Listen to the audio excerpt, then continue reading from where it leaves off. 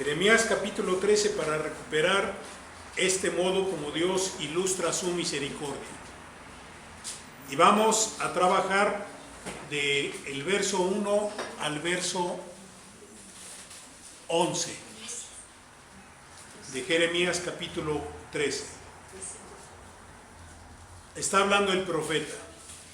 Así me dijo Jehová: ve y cómprate un cinto de lino, cíñelo a tu cintura, pero no lo metas en agua.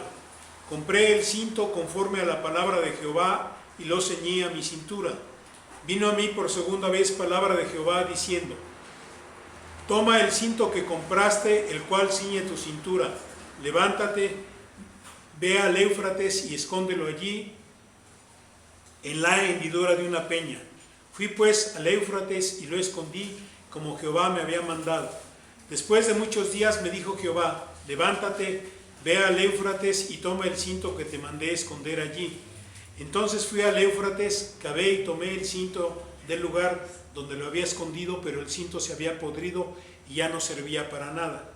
Y vino a mí palabra de Jehová diciendo: así ha dicho Jehová, así haré podrir la soberbia de Judá y la mucha soberbia de Jerusalén.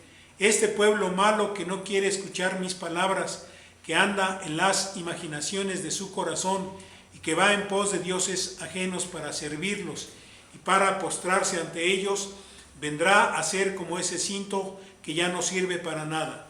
Pero como el cinto se ajusta a la cintura del hombre, así hice que se ajustara a mí toda la casa de Israel y toda la casa de Judá, dice Jehová, para que fueran mi pueblo y para renombre, para alabanza y para honra, pero no escucharon. La palabra del Señor es una palabra dura. Hemos estado insistiendo con Jeremías y también hemos estado hablando de cómo a Dios le cuesta tanto trabajo el modo como el pueblo no entiende su participación, su implicación en la tarea redentora. Y en el caso específico del mensaje que le da a Jeremías, el Señor tiene reproches durísimos, tan duros como estos, de que el pueblo de Israel es inútil, es inservible. Curiosamente, cuando uno consulta el Evangelio de Isaías, en el Evangelio de Isaías el Señor da mensaje contrario a este pasaje, que es un pasaje duro.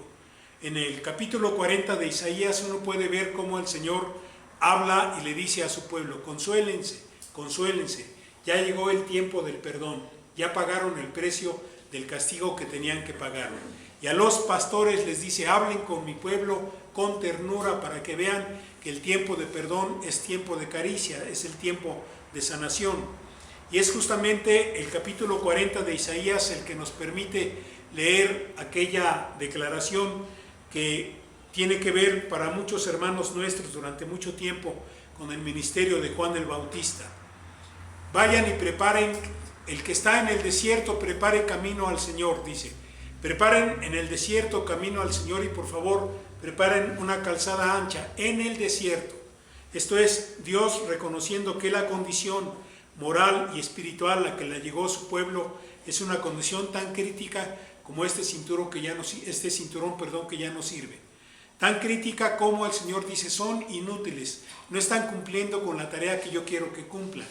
Y Dios en ese sentido es un Dios misericordioso que tiene la enorme capacidad, la enorme voluntad de mostrarnos a nosotros qué va a pasar con nosotros si nosotros persistimos en no hacerle caso. ¿Qué va a pasar con nosotros si nosotros persistimos en seguir pecando, en seguir desobedeciendo? Pero además con la sutileza con que este pueblo lo hizo. Porque el pueblo de Dios, el detalle no es solamente que desobedecía, sino además pensaba que tenía derecho a desobedecer, pensaba que no se estaba desviando, pensaba que era un pequeño detalle hacer lo que hacían. Esto es, se daban permisos que la palabra del Señor no les había otorgado. Y entonces eso habla de cómo hay momentos en que la fe se vuelve cultura. Esto es, la fe se vuelve un conjunto de prácticas que uno utiliza, a las que uno recurre, y uno dice: es que estamos fallando en este pequeño detalle, y la gente deja de cuidar la parte minúscula, decimos en la actualidad, deja de leer la letra chiquita del contrato que tiene con Dios. Y el contrato que tiene con Dios es un contrato de obediencia. Y Dios tiene que usar este método gráfico, decirle al profeta, ve por favor, te compras el cinto, te lo ciñes, para que la gente sepa lo que significa tener un atuendo bien puesto y estar con la ropa que no se cae. Y quiero que también les digas que el pueblo al que yo escogí, el pueblo al que yo llamé, era para mí como ese cinto. Pero desobedecieron, tomaron distancia, decidieron tener las conductas que tuvieron, insisto, y no fueron rebeldes radicales, sino fueron rebeldes sutiles, con pequeños detalles, como cuando yo digo, no importa que hable como yo hable y que diga pequeñas mentiras. A ver, espérate. Mentira es mentira, grande o pequeña. Pecado es pecado, grande o pequeño. Falla es falla, grande o pequeña, pues. Y aquí el Señor tiene que tener esta palabra tan dura para decirle al profeta, dile por favor al pueblo que ya no me sirve. Otra vez, Jeremías dice esto porque Dios le da esta palabra durísima a él, porque viene el tiempo en que va a venir Ciro, el babilonio, Ciro el persa, a tomar prisioneros a una generación entera, se los va a llevar prisioneros. Y al cabo de un tiempo el Señor va a levantar a Isaías y le va a decir, por favor diles que el tiempo de castigo ya se cumplió, que yo los voy a perdonar, yo ya los perdoné. Y en el mismo capítulo de 40 de Isaías, por eso utiliza la figura, los jóvenes se cansan y los viejos también, pero los que esperan en Jehová tendrán nuevas fuerzas, para que nosotros no pensemos que el juicio de Dios, por radical que sea, por duro que sea, es un juicio definitivo, que esa es la parte más hermosa del Evangelio. Justamente por eso es el Evangelio de Isaías, porque el juicio de Dios es un juicio que lleva contenida en el juicio, en el castigo, lleva contenida la esperanza del perdón, la esperanza de la reconciliación, la esperanza del Dios que dice, hay un límite a mi castigo, ya se cumplió el tiempo. Por eso dice, consuélense, en el capítulo 40, consuélense. Ustedes, pastores, háblenle a mi pueblo con ternura. Y el mensaje navideño es el mensaje de ternura de Dios para toda la humanidad.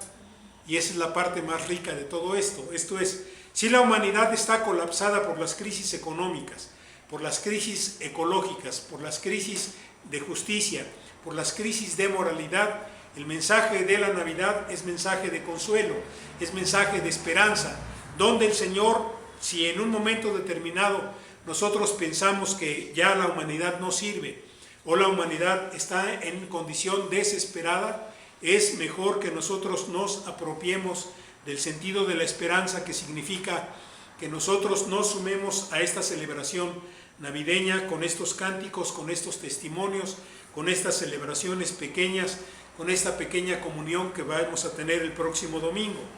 Nosotros estamos anunciando justamente la esperanza que el Señor quiere que la humanidad entienda que significa la llegada de la humanidad.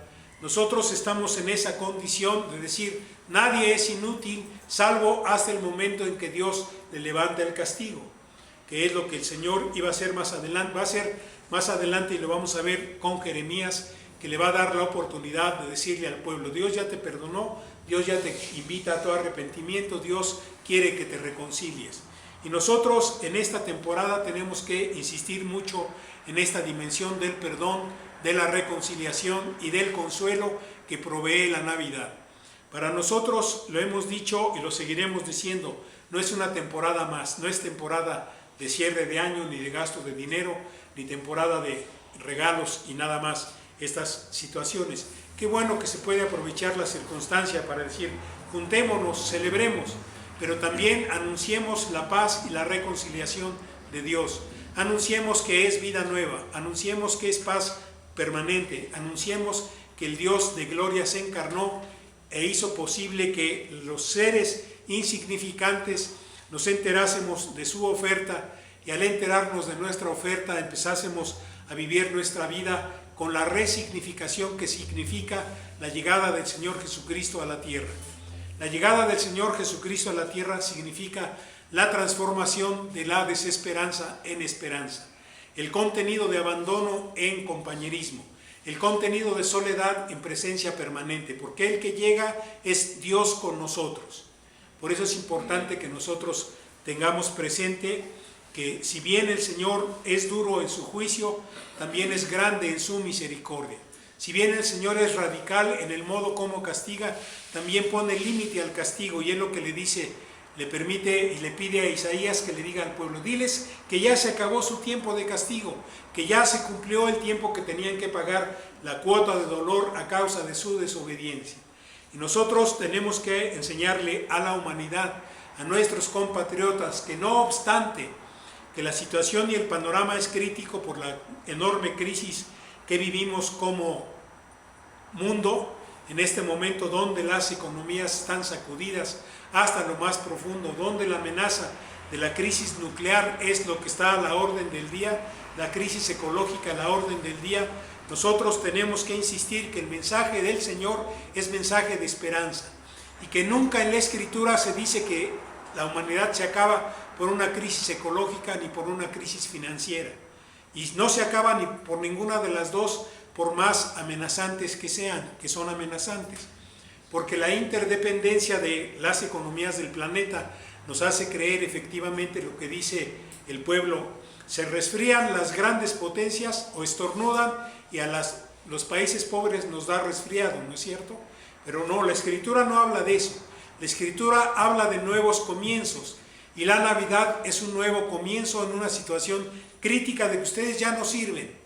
Ustedes sirvieron, le dice Dios a Israel, ustedes sirvieron para que yo me sintiera en plenitud como Dios que les llamó, como Dios que se revela, como Dios que se encarna, como Dios que actúa en la historia, como Dios que se hace cargo de las familias, como Dios que se hace cargo de las viudas, de los huérfanos, de los pobres, de los menesterosos, como Dios que llama al pueblo más pequeño y más insignificante de todos los pueblos de la tierra. Yo me vestí con ustedes y yo me sentí orgulloso de que ustedes fueran mi pueblo, pero desobedecieron y dejaron de serme útiles, dejaron de ser útiles para la humanidad, porque cuando desobedecemos dejamos de ser efectivos en nuestro testimonio, dejamos de ser eficaces en nuestra tarea a causa de la desobediencia.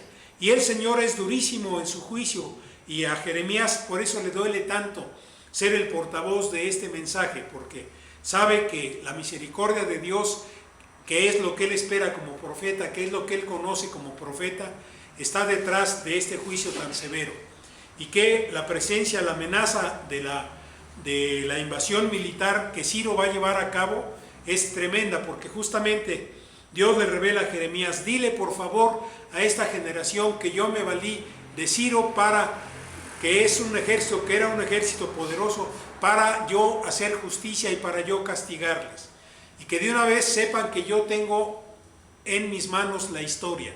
Es lo que Dios le permite a Isaías en el capítulo 40, que sepan de una vez que yo soy el creador, y como creador yo puedo renovar toda la creación, y yo puedo regenerar al pueblo que yo llamé.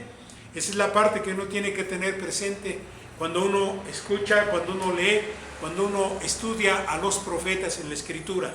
El lenguaje profético no es amenazador. El lenguaje profético es de denuncia sin duda, pero también es lenguaje de anuncio, porque el Señor denuncia el pecado, pero también anuncia el perdón.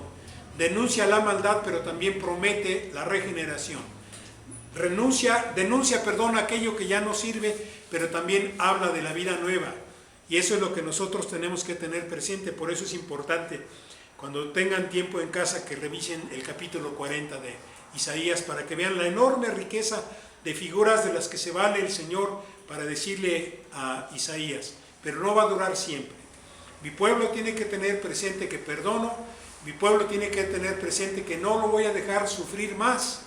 Y era justamente la situación en la que los ángeles hablaron con los pastores. Ya se acabó todo este tiempo de espera larguísimo. Hoy en la ciudad de David les ha nacido Cristo el Señor.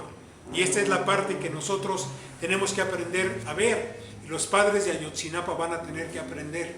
Si nosotros oramos, el Espíritu Santo va a tocarles y les va a decir: ya está el tiempo de su consuelo, ya está el tiempo de su paz, ya está el tiempo de su restauración, ya está el tiempo de su justicia, y justamente el nacimiento de Jesús debe significar para ellos.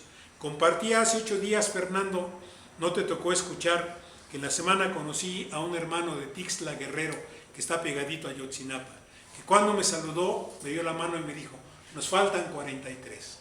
Digo, nos faltan, hermano. Nada más para que veas cómo el Señor responde, y está respondiendo. Y está trabajando, y el Señor se va a encargar justamente de que la realidad transformadora de la Navidad llegue para todos aquellos que hemos dejado de vestir dignamente a nuestro Dios. Y esto es lo que el Señor le dice: me sirvieron, pero ya no me sirven. Fueron útiles, pero ya no son útiles.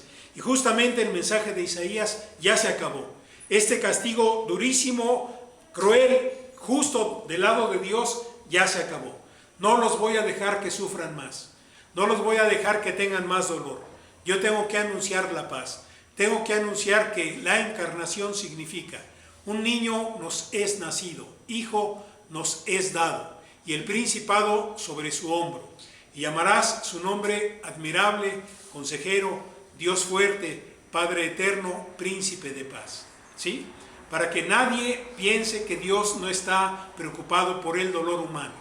Para que nadie piense que a Dios no le importa la justicia. A Dios le importa la verdad, y le importa la justicia, y le importa el dolor humano de todas las personas que a lo largo de la historia han sido víctimas de cualquier tipo de circunstancia que para ellos ha sido adversa, y han dicho: ¿y dónde está Dios? ¿Por qué lo permite Dios? Dios lo permite. No, Dios es consciente que la maldad humana es lo que caracteriza la circunstancia desde que entró el pecado. Y la proclividad del ser humano a la maldad es permanente, no ha acabado. Al contrario, ha ido creciendo, ha ido creciendo, ha ido creciendo. Por eso el Señor Jesús pregunta: ¿y cuando el Hijo del Hombre regrese, hallará fe en la tierra? Porque conoce la proclividad de nuestro corazón a la maldad. Aún entre nosotros como creyentes, aún entre nosotros llegamos a tener disensos, llegamos a tener desacuerdos, y a veces actuamos con maldad. A veces entre nosotros como creyentes llegamos a molestarnos, llegamos a hacer comentarios inadecuados o a decir cosas que no van de acuerdo al pueblo de Dios. ¿Por qué? Porque nuestro corazón está siendo transformado, porque la maldad y el pecado reinan en nosotros todavía, aunque no debieran gobernar. Debe gobernar el Señor, debe gobernar su palabra, debe gobernar su Espíritu Santo, debe gobernar el proceso de regeneración en el que estamos, porque estamos siendo regenerados todos nosotros, en nuestro carácter, en nuestra manera de pensar, en nuestra manera de sentir y en nuestra manera de reaccionar, precisamente para que la maldad no nos gane, precisamente para que la gloria del Señor que viste al Señor sea permanente, para que si nosotros nos mantenemos en santidad, tengamos la capacidad de que el Señor, o tengamos la oportunidad de que el Señor diga: me estoy vistiendo contigo, no quiero que lo olvides. Ese cinturón fue con el que yo me ceñí, fue con el que yo me pasé orgulloso diciendo: mi hijo fulano, mi hija fulana son el cinturón que me ha hecho ver bien vestido, que me ha hecho ver agradable a los otros dioses, si es que los hay. Me ha hecho ver como un Dios presuntuoso de los hijos que escogió, presuntuoso de los hijos a los que llamó, a los que santificó, a los que les dio su Espíritu Santo, a los que le reveló su voluntad. Esa es la figura que el Señor le comparte a Jeremías. Diles que ya me sirvieron, pero ya no me sirven más, ya se pudrieron, ya no se puede recuperar nada. Un hilo que se pudre ya no se puede utilizar, ni siquiera se puede lavar, porque la mayor humedad hace que se vuelva polvo. Y es lo que les está diciendo: ya se pudrió, ya no sirve. Pero es Dios que regenera, es Dios que da nueva vida, es Dios que anuncia la llegada del Mesías. Y es lo que nosotros tenemos que tener presente todo este tiempo de celebración hasta que cerremos con la Epifanía. Que el Señor los bendiga, hermanos.